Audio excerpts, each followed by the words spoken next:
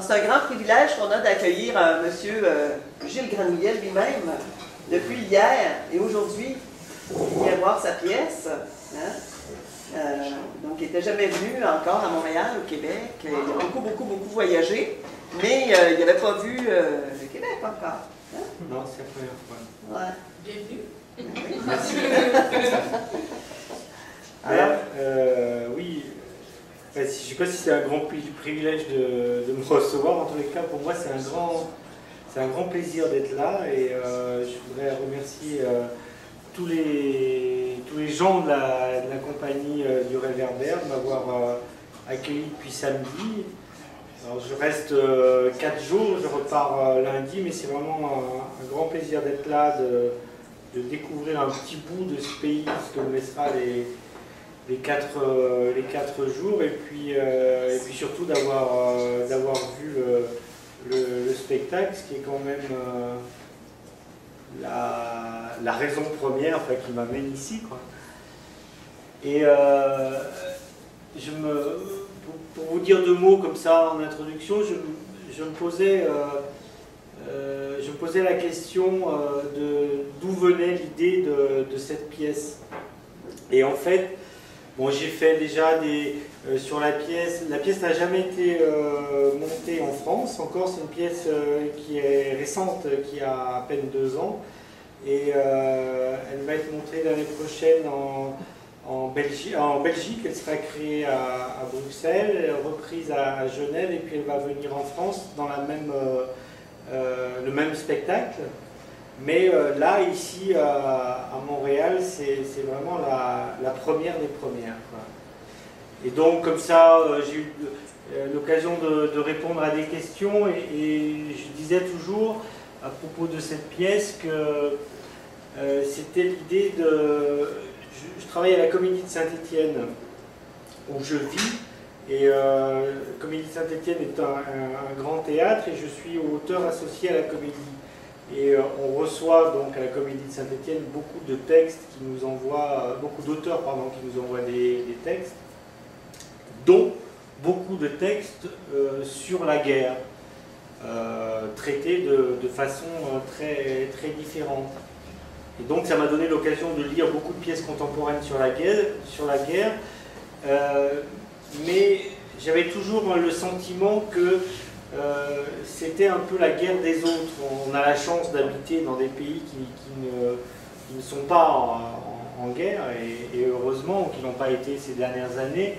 On a reçu beaucoup de textes sur la guerre de Yougoslavie ou sur des guerres plus anciennes, et parfois des très bons textes, mais j'avais toujours l'impression que c'était la guerre qui se passait là-bas. Et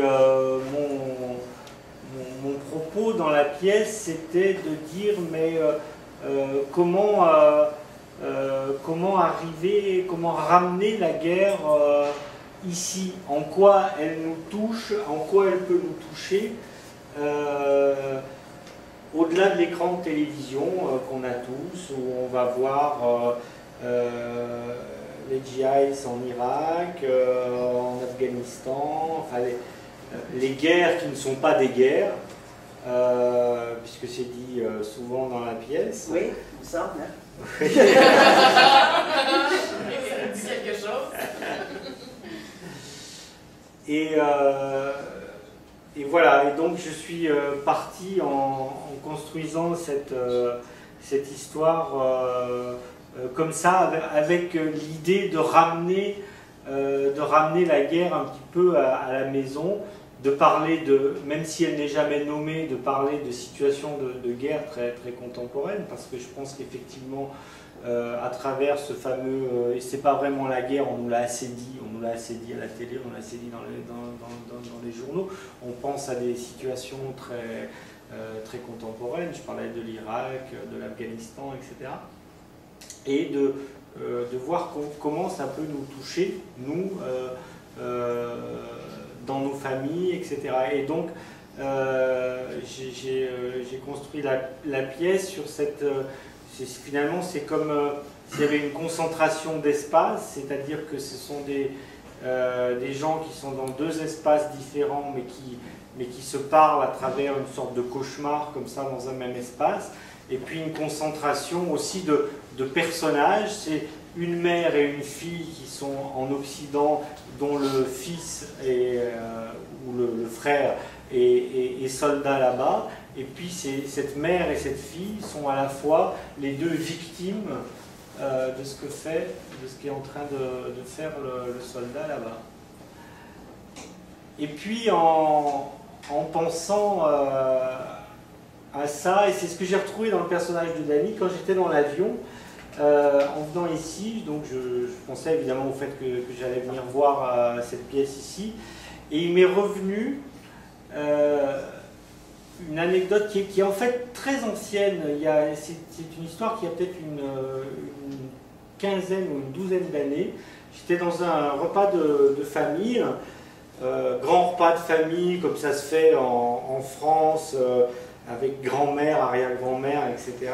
Et j'ai un oncle qui est un oncle par alliance en fait, qui est le mari de ma tante, tout simplement, et qui a fait la guerre d'Algérie. Et on était l'un en face de l'autre, et c'est marrant parce que c'est un souvenir que j'avais oublié et qui m'est revenu, je n'avais pas pensé pendant 10 ans, et qui m'est revenu là dans l'avion. Et voilà, on bavardait comme ça, et puis je lui dis à un moment, je lui dis, mais aujourd'hui, 20 ans après, qu'est-ce qui te reste de la guerre d'Algérie? Et il me dit, oh, ce qui me reste de la guerre d'Algérie, ce que je pourrais te dire,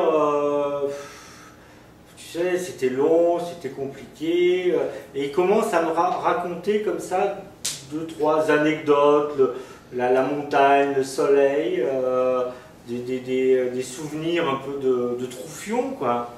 Et au milieu d'une phrase, il s'est arrêté et il m'a dit comme ça, tu veux que je te dise ce qui me reste vraiment, c'est la peur. C'est la peur. Et après, il était vraiment très, très ému, il s'est levé de la table, il est parti. Et finalement, inconsciemment, j'ai retrouvé ça dans le personnage de Danny. Cette peur qui peut habiter ces gamins, hein, qu'on envoie là-bas. Voilà, qu'on envoie là-bas. Et c'est des gamins qui ont 20 ans, 21 ans. Voilà. Ce qui me faisait penser aussi, je ne sais pas si vous avez vu, il y a eu un documentaire de ce cinéaste américain, comment s'appelle-t-il, Fahrenheit 505. Voilà, voilà. Il a fait une sorte de documentaire à sa façon là-dessus, et où il montrait très bien que les gens qui allaient défendre, entre guillemets, si tant est que c'est défendre les États-Unis que d'être en Irak, mais enfin en tous les cas qui représentaient l'armée irakienne, c'était tous des jeunes de classe défavorisée. C'est-à-dire que lui le montrait dans le documentaire de façon assez percutante, mais il y a des statistiques très claires qui sont parues là-dessus, que vous n'avez aucun soldat n'est issu des classes supérieures. Et qu'à 80%, ce sont des jeunes qui ne sont pas d'origine américaine, hein, qui sont des immigrés, enfin pas des immigrés directs, mais très souvent des fils d'immigrés, portoricains, etc., qui représentent les Américains. Et on entend ça aussi, je crois, dans la pièce, avec mais il n'y avait pas de boulot pour moi, il a fallu, tu m'as dit trouve un métier, voilà, j'ai trouvé un métier, quoi. J'ai trouvé quelque chose à faire de ma vie, maintenant je suis là-bas.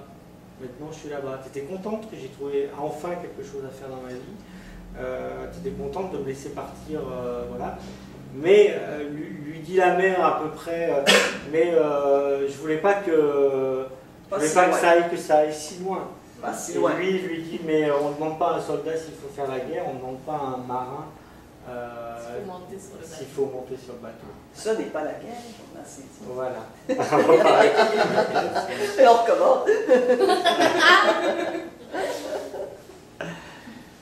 Voilà un petit peu les